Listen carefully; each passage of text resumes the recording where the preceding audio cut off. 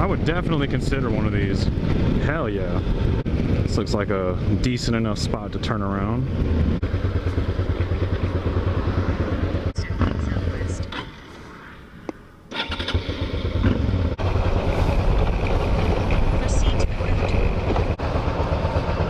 Got to tell you about the accelerator stick.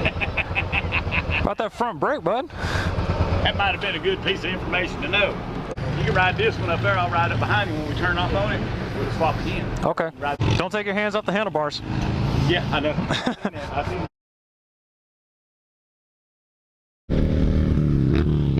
Hell yeah, brother. I don't even really feel like I need the shield down all that much. I got enough wind blocking me right here.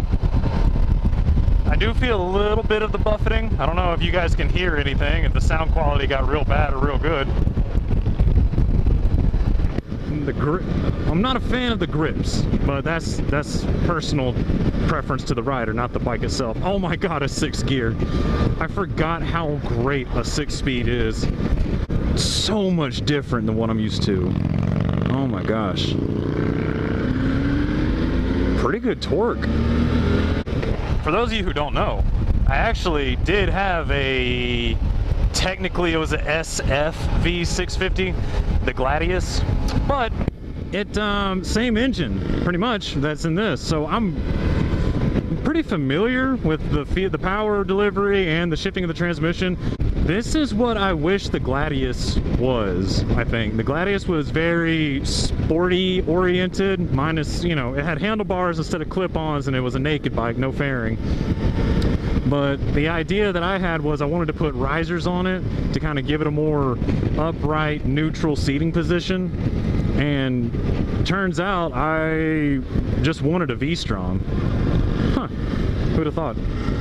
This is a good bike. I kind of like this. It's like the bike feels like it's bigger, but all of the controls feel smaller than what I'm used to. And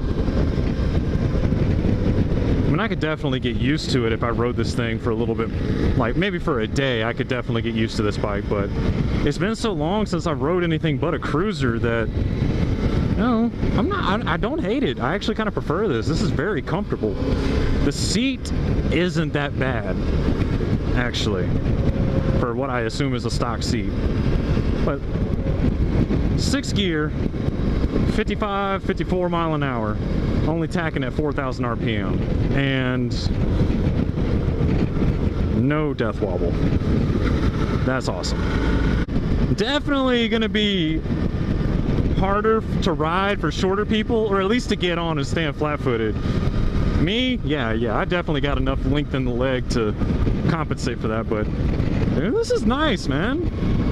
This is very nice. I fucks with this. I fucks with this heavy.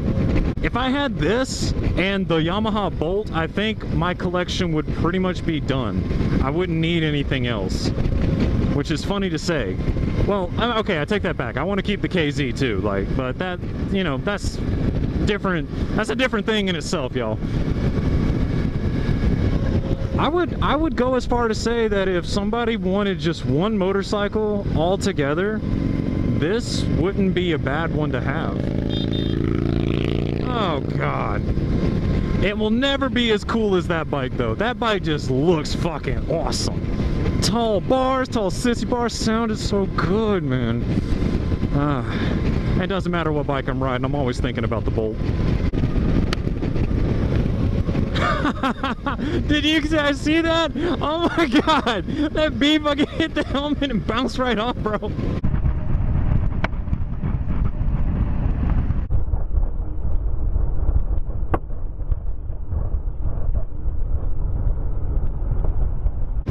Good recovery though, good recovery.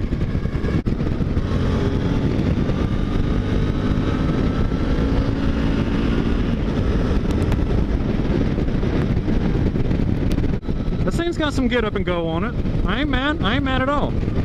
You know, guys, I'm thinking at some point I'm gonna try to do a full-on episode about this bike.